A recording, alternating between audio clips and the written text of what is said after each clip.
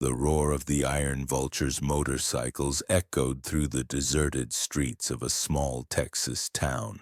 The biker gang moved information, a line of shadowed figures cutting through the hot asphalt, led by Connor Raven Hayes. His sharp eyes, hardened by years of bad decisions and unspoken regrets, scanned the road ahead. The heat of the late afternoon hung heavy, making everything feel slower. But then a sound broke through the rumble of the engine's faint, almost human, a whimper. Stop. Connor barked, raising his fist in the air. The line of motorcycles skidded to a halt, their engines sputtering into silence. The sudden stillness was eerie. There in the middle of the cracked road lay a German shepherd, motionless, its chest rose and fell in shallow, labored breaths, and streaks of blood matted its tan and black fur. Connor swung off his bike and approached cautiously, his normally stone-cold face softening just enough to betray his concern. As he got closer, his eyes caught the unmistakable lettering on the dog's black vest, K9 unit. This wasn't just any dog, this was Duke, a police K9, and something was terribly wrong. Duke looked up at Connor, his eyes filled with pain, but also something else, resolve. The dog struggled to lift his head as though he still had a mission to complete. Connor crouched next to him, running a hand over the collar wrapped around Duke's thick neck. That's when he noticed the small camera attached to it, the red light still blinking without a word. Connor pressed the button to review the footage. The video was shaky, chaotic. Duke was running alongside a police car, his handler in the driver's seat. The sound of gunfire erupted as a black sedan swerved across the frame, men with masks leaning out of the windows shooting. The handler shouted commands to Duke, who darted toward the action with fearless determination. Then the screen jolted violently before the feed abruptly ended. Connor's stomach tightened. Something awful had gone down, and now Duke was the only one left. "Where's your partner, boy?" Connor muttered under his breath. Duke whimpered, his eyes locked on Connor's as though pleading for help. In the distance, the rising wail of sirens broke the heavy silence. Rick, one of the gang's senior members, shouted from his bike. "Raven cops are coming. We need to get the hell out of here. Last thing we need is them thinking we had anything to do with this." Connor didn't move. His eyes stayed fixed on Duke, and in that moment he felt a pull. He hadn't felt in years, a sense of responsibility, a refusal to abandon something that needed saving. But staying meant more than just dealing with the police. It meant stepping into a mess he didn't understand, one that could blow up in his face with the flash of blue lights appearing at the end of the street. Connor made a choice, one that would alter the course of his life forever. The sirens grew louder, the flashes of blue and red light bouncing off the cracked pavement. Connor stood frozen for a moment, Duke's labored breathing filling the tense air. Rick revved his bike impatiently. "Raven, we don't have time for this. If they find us here, it's over." The rest of the gang shifted nervously, some muttering under their breath, others glancing back toward the approaching cop cars. But Connor didn't flinch. His focus was entirely on the injured K9. "Rick," he growled without turning his head, "get the van ready." Rick's eyes widened in disbelief. "The van? You've got to be kidding me. This ain't our fight." But Connor shot him a look, the kind that silenced any argument now. He barked reluctantly. Rick peeled off down a side street to retrieve the gang's van, which they used for hauling gear on longer trips. Connor leaned down to Duke, placing a hand gently on the dog's head. "Hang in there, buddy. I've got you." The gang watched in stunned silence as Connor carefully scooped Duke into his arms. The dog whimpered softly, his weight heavy against Connor's chest. It had been years since Connor had held anything so fragile the dog's blood soaked into his leather vest, but he didn't care. Duke's eyes fluttered open for a moment, locking onto Connor's face with a mix of trust and desperation. "You've been through hell, haven't you?" Connor murmured, his voice unusually soft. The wail of sirens jolted him back to reality. 2 patrol cars screeched to a halt just down the street, their doors flying open as officers stepped out, weapons drawn free. One of them shouted, his gun aimed directly at Connor, "Put the dog down and step away for a split second." Connor considered surrendering, but then he remembered the footage on Duke's camera. Something about it didn't sit right. Whoever had ambushed Duke and his handler wasn't just after a random target. This was planned, and if those men were still out there, Duke was the only one who could lead them to the truth. The sound of screeching tires cut through the standoff. Rick roared back onto the street in the gang's beat-up black van, the back doors swinging open. "Let's go, Raven." Connor didn't hesitate with Duke. Cradled tightly in his arms, he sprinted toward the van as shouts erupted behind him. Bullets ricocheted off the pavement, but Connor didn't stop. He dove into the van just as Rick slammed on the gas, the tires squealing as they sped off into the night. In the back of the van, Connor cradled Duke, his mind racing. He had just made himself a fugitive, and for what? But deep down he knew there was no turning back now. Whatever had happened to Duke, Connor was determined to uncover the truth, no matter the cost. The van barreled down a desolate highway, the roar of the engine drowning out the tense silence inside. Rick gripped the steering wheel tightly, glancing nervously in the rear-view mirror. "Raven, what the hell were you thinking?" He snapped, his voice tinged with frustration and fear. In the back, Connor sat with his back against the van wall, cradling Duke, whose breathing was still shallow but steady. Connor ignored Rick's outburst, his mind too focused on the battered dog in his arms and the implications of what he had just done. "Look at us now," Rick continued, slamming the wheel. "We're fugitives with a bleeding cop dog in the back of our van.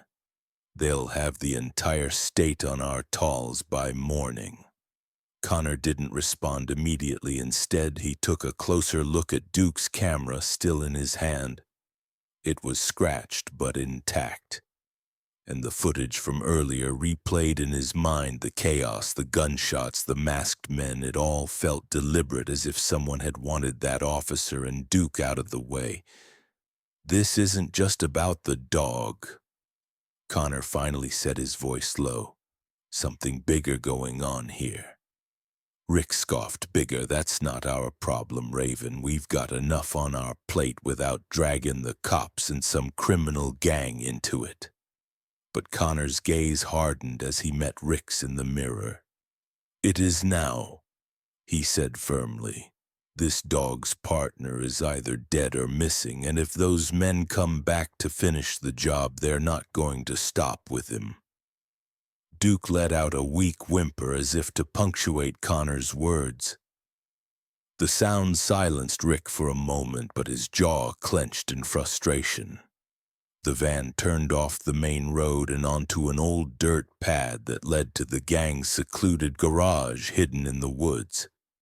The hideout was a ramshackle building used for repairs meetings, and when necessary, laying low. As the van rolled to a stop, Connor shouted to the others, "Get the med kit and some water." The gang scrambled out, still unsure of what to make of the situation. Duke's body trembled as Connor carefully laid him down on a makeshift cot inside the garage. "Easy, boy, you're safe now," he whispered, though he wasn't entirely sure if it was true as the gang gathered around Rick finally lost his temper. "You're out of your mind, Raven. Do you even know what you've done? We're criminals now, and for what a dog." Connor straightened his eyes, locking with Rick's. "Not just a dog. Duke is evidence. Whatever on this camera might explain why his partner's gone, why he's bleeding in the middle of the road, and who the hell those men were." He paused, his voice dropping to a near growl. "You want to walk away, go ahead, but I'm not leaving this unfinished."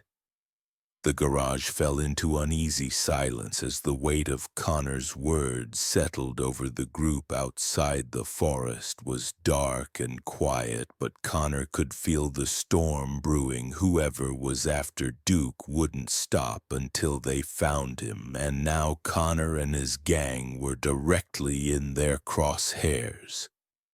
The stillness of the garage didn't last long. Outside, the distant hum of an engine broke through the quiet night. Connor froze, his eyes darting toward the open door. The sound grew louder, rumbling through the trees like an approaching storm. "Rick," Connor said in a low voice. "Kill the lights now." Rick hesitated but nodded, flicking a switch on the wall. The dim flickering bulbs above them went out, plunging the garage into darkness. The gang scattered, each of them instinctively grabbed whatever weapons were within reach: a crowbar, a wrench, even a rusty old shotgun from a corner shelf. Connor crouched next to Duke, who was now lying more alert, his ears twitching at the approaching noise. "Stay quiet, boy," Connor whispered, his hand resting protectively on the dog's neck for a moment. All that could be heard was the rustling of leaves outside and the slow, steady hum of an engine idling nearby. A beam of light suddenly cut through the darkness, sweeping across the garage windows. The gang held their breath as the vehicle came to a stop just beyond the tree line.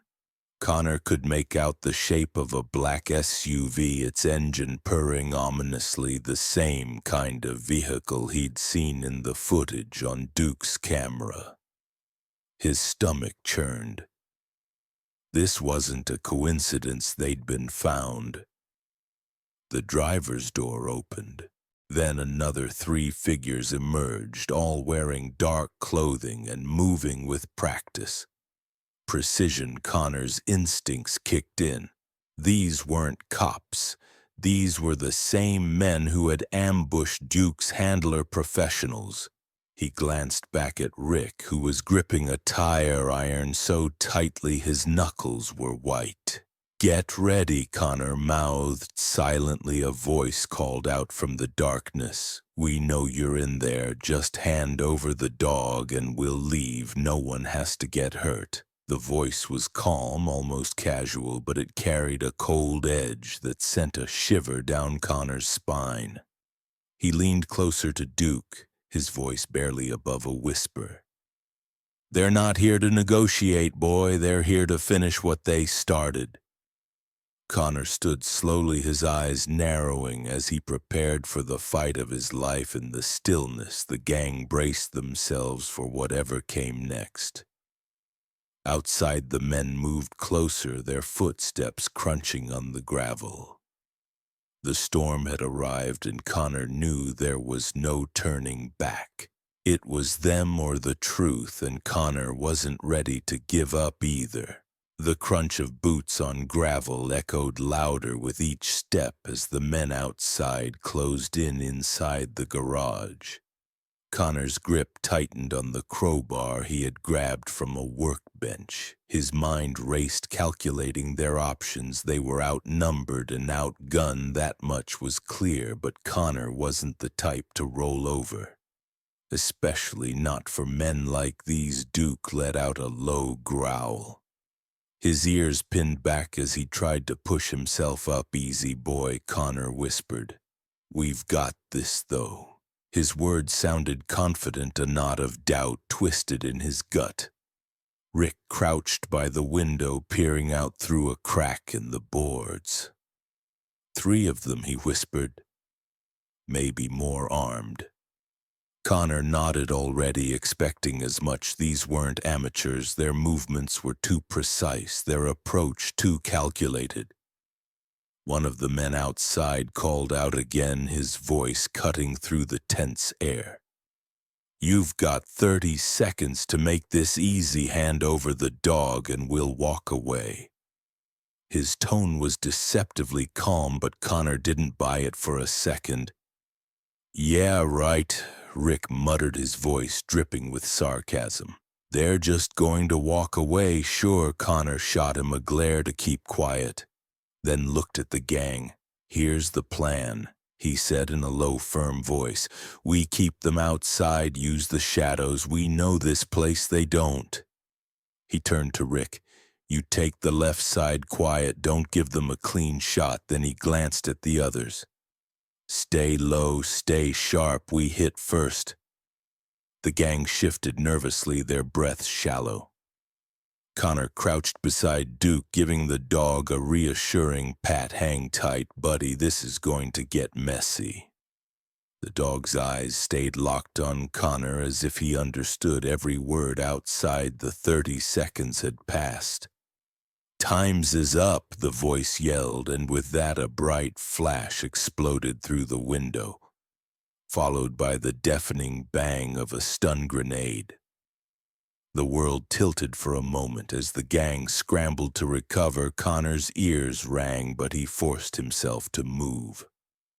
Instinct taking over, the men outside were making their move, footsteps pounding against the ground as they approached the doors. Connor gritted his teeth, gripping the crowbar tightly. Now he shouted, and the gang sprang into action. The first man through the door never saw the wrench coming. Rick swing, landing with a sickening crack. But the others weren't far behind. And as chaos erupted in the garage, Connor realized they were in for the fight of their lives. Amid the chaos, Duke let out a fierce bark, his strength seemingly returning, as if he knew the battle wasn't just about survival. It was about justice. Connor glanced at him briefly, determination blazing in his eyes. No matter what happened, he wasn't going to let these men win. The garage was plunged into a suffocating tension as the attackers pushed their way inside. Connor stood firm, his heart pounding in his chest as he took in the figures stepping through the door. They moved deliberately, their dark clothing blending with the shadows, their faces obscured by the dim light from the street lamps outside. "Stay calm, everyone," Connor said under his breath to his crew, his voice steady despite the storm brewing inside him. "We know this place, use it." Duke let out a low growl from his spot on the cot, his instincts kicking in despite his injuries. Connor crouched by the dog for just a moment, placing a steadying hand on his head. "Weak, not going to let them take you, boy," he whispered. His eyes darted back to Rick, who was inching toward the side of the room, staying hidden behind stacks of tools and equipment. Connor gave a slight nod, a silent signal that it was time to act. Rick grabbed an empty metal toolbox and deliberately knocked it off a workbench. The loud crash reverberated through the garage, startling the intruders and throwing them off balance. The distraction gave the gang a crucial few seconds to reposition themselves. Connor stepped out of the shadows and spoke with calm authority, his hands raised slightly. "You've got no business here. Turn around and leave. We don't want trouble." One of the intruders, a tall man who seemed to be their leader, took a step forward. His face remained unreadable, but his tone was sharp. "We're here for the dog, that's it. You hand him over and we're gone." His words hung in the air like a threat. But Connor didn't waver. This dog's already been through enough. Connor said firmly, his eyes narrowing, and I don't trust you to keep your word. The man hesitated for a moment, sensing Connor's resolve. The silence stretched thick with unspoken tension. Finally, the leader motioned to his team, and they began backing toward the door. This isn't over, the man said coldly. Be back, Connor. Stood still until they disappeared into the darkness beyond the trees, his entire body taut with unease. He knew they weren't retreating for good, they were regrouping. As the gang regrouped themselves, Duke let out a faint whine and Connor knelt by his side. We bought ourselves some time, buddy, he murmured. But we need answers, and we need them fast. The weight of what had just happened settled heavily on everyone. This was no random encounter. Duke was at the center of something much bigger, and the clock was ticking. The tension in the garage lingered like a thick fog, suffocating. And heavy, Connor sat beside Duke, running a hand over the dog's fur. Duke had calmed slightly but was still weak, his breathing uneven. The rest of the gang gathered in a loose circle, their faces grim. Rick, leaning against the wall with his arms crossed, broke the silence. You think they'll be back? He asked, though the answer was clear to everyone. Connor didn't look up. His focus was on the dog's collar, where the camera was still intact. They're not done, he muttered, fiddling with the small device. They came for him once and they'll come again, but we need to figure out why. Whatever on this camera is the key. He plugged the camera into an old laptop they kept in the garage. The screen flickering to life as the gang crowded around. Connor replayed the footage. The grainy video started the same as before. Duke running alongside the police car, the handler shouting commands. The black sedan appeared again. And weaving dangerously close, the masked men leaning out of the windows. But this time, Connor slowed the footage and caught something he hadn't noticed earlier. The license plate of the sedan partially visible in a brief frame there, he said, pausing the video. We've got a lead. Rick leaned over, squinting at the screen. So what you think? The cops will help us with that? We're not exactly on speaking terms with the law. Connor's jaw tightened as he considered the next move. We don't need the cops, he said. We'll run it ourselves. I know someone who can trace this plate. He glanced at the group. If we can figure out who these guys are, we'll know what they're after and why they're willing to risk everything for Duke. The gang exchanged uneasy looks. This was way beyond their usual scope of trouble, and everyone knew it, but no one voiced their doubts. Connor pushed back from the laptop and grabbed his jacket. Rick, you're with me. The rest of you stay here and keep an eye on Duke. No one gets in, no one gets out. Got it? As Rick nodded reluctantly, Connor glanced down at Duke. One last time, hang in there, boy. We're not letting them win. As Connor and Rick left the garage and headed into the night, the weight of what they were about to uncover hung heavy in the air. Whatever secrets that license plate held, they were sure to pull them deeper into a dangerous web, and there was no turning back now. The rumble of Rick's truck echoed on the empty road as Connor stared out the window. His mind racing, the laptop with the footage and the partial license plate rested on the seat between them. Who's this guy you're taking us to? Rick asked, breaking the silence. His tone was wary, but there was a tinge of curiosity. Someone I used to know, Connor replied curtly, not taking his eyes off the road. A tech guy he used to help me with, let's just say less than legal jobs back in the day. If anyone can trace that plate without questions, it's him. Rick grunted, clearly unimpressed. Great, another sketchy character, just what we need. Connor shot him a sideways glance but said nothing. He didn't have the energy to argue. Every second they spent chasing answers felt like another second. Closer to danger, Duke was still back at the garage, injured and vulnerable. Those men would come back for him. Connor was certain of it, and the only way to stop them was to get ahead of whatever game they were playing. An hour later, the truck pulled up to a small run-down shop on the outskirts of town. The flickering neon sign above the door read Gizmo's Repairs. Though most of the windows were boarded up and the building looked abandoned, the place, Rick asked skeptically, glancing around the deserted street. Connor nodded and stepped out of the truck, clutching the laptop stay. Sharp, he said as they approached the door. Inside, the air smelled of burnt circuits and dust. The shop was cluttered with old monitors, broken hard drives, and wires that hung from the ceiling like a spider's web. A wiry man with thick glasses and disheveled hair looked up from a desk in the corner. "Connor Hayes," he said, smirking. "Didn't think I'd ever see you again, Gizmo." Connor said flatly, "I need your help." He placed the laptop on the desk and slid it toward him. Gizmo raised an eyebrow but didn't ask questions. Instead, he booted up a nearby computer and started typing rapidly as Gizmo worked.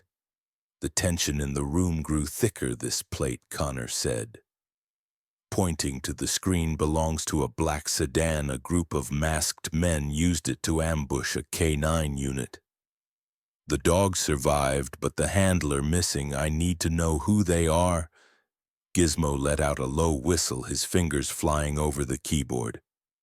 "You don't do simple favors, do you?" he muttered. After a few tense minutes, he leaned back in his chair and adjusted his glasses.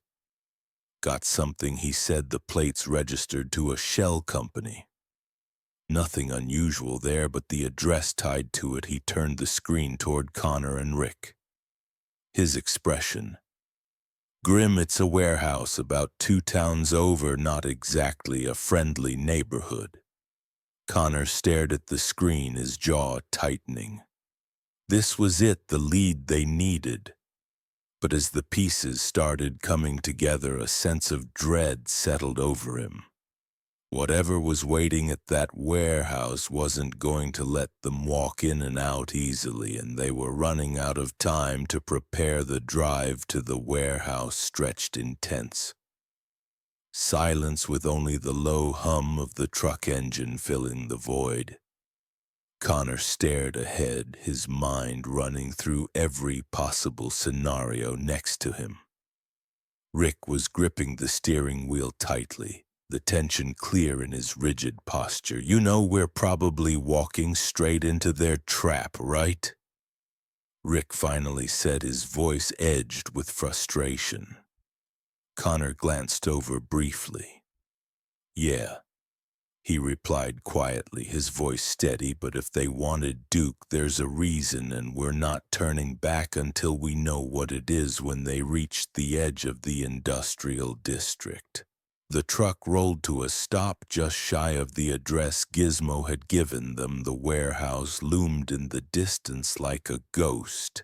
Its metal walls rusted and dented, the faint glow of yellow floodlights spilling out from inside. A chain-link fence circled the perimeter, topped with barbed wire, and a few security cameras were mounted near the entrance. "Looks quiet," Rick muttered, squinting at the building. "Too quiet."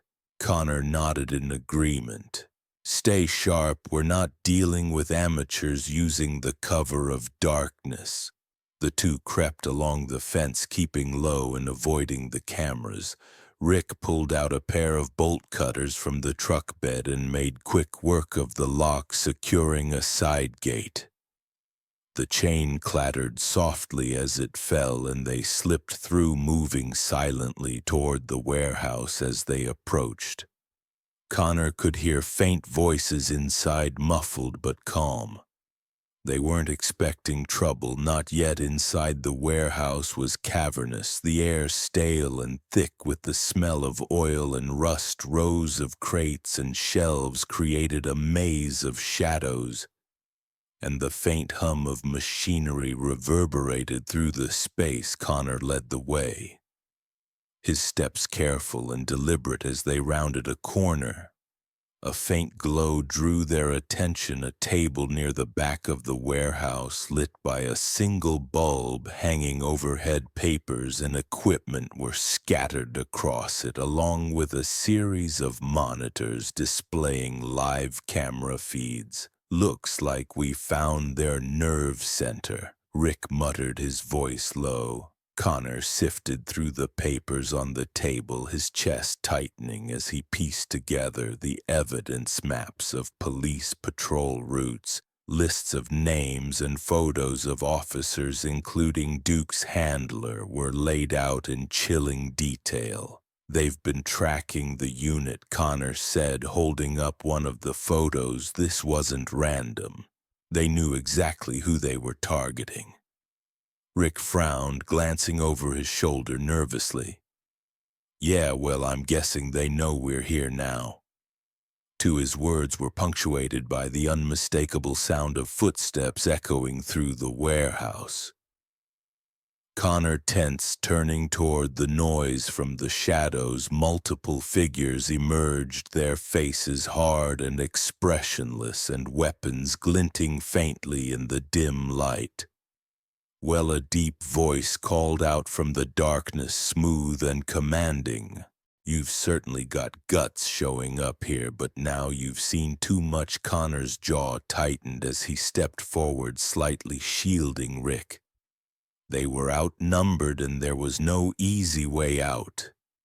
But Connor wasn't about to back down. Not now. Not when they were so close to uncovering the truth behind Duke's tragic story. Connor's breath slowed as the figures stepped closer, their faces barely illuminated by the faint glow of the overhead light. At least 6 men now stood in a loose semicircle, their leader at the center. A tall, clean-cut man in a dark jacket. His eyes were cold, calculating, and he carried himself with an air of authority that sent a chill through Connor's spine. "You should have stayed out of this," the man said calmly, his voice carrying over the quiet hum of machinery. "But I guess you're too stubborn for your own good." Connor didn't flinch. He stepped forward, keeping his tone steady. "We're not leaving until we get answers. Why were you tracking Duke's handler, and why go after a K9 unit? What are you hiding?" The man smirked, shaking his head. "You really think you're in a position to demand anything? That dog is a liability. He knows too much, just like you now do as handler. He got too close to something he shouldn't have." Connor's jaw clenched as he took in the implications. "You ambushed him," he said, the words sharp, "and you left him for dead." The leader shrugged, his tone eerily casual.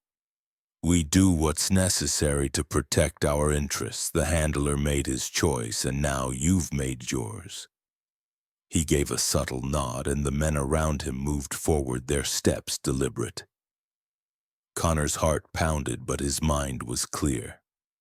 "Rick," he said under his breath, "get ready." Rick nodded, his hand tightening around the crowbar he had been holding before the men could close the gap. Connor acted, grabbing a nearby crate. He shoved it hard into one of the approaching men, knocking him off balance. The sound of the crate crashing to the floor echoed through the warehouse, breaking the tension. Rick swung his crowbar, catching another attacker off guard as chaos erupted. Connor's focus, however, wasn't on the fight. It was on the table of evidence. He grabbed the stack of documents, shoving them into a backpack he had brought. These papers were the proof they needed to expose whatever this group was hiding. Connor and Rick moved fast, dodging and weaving through the maze of crates as the men shouted orders and gave chase as they reached the exit. Connor glanced back, his gaze meeting the leader's icy stare one last time. "This isn't over," the man shouted, but Connor didn't respond. He and Rick bolted through the gate and back to the truck, the sound of angry voices fading as they sped off into the night as the truck roared down the empty highway. Connor looked at the stack of papers in the passenger seat. "We've got them," he said quietly, his voice filled with both relief and determination. Duke's story wasn't over yet, but now they had the tools to make sure justice would be served, and for the first time Connor felt like they were finally one step ahead of the storm.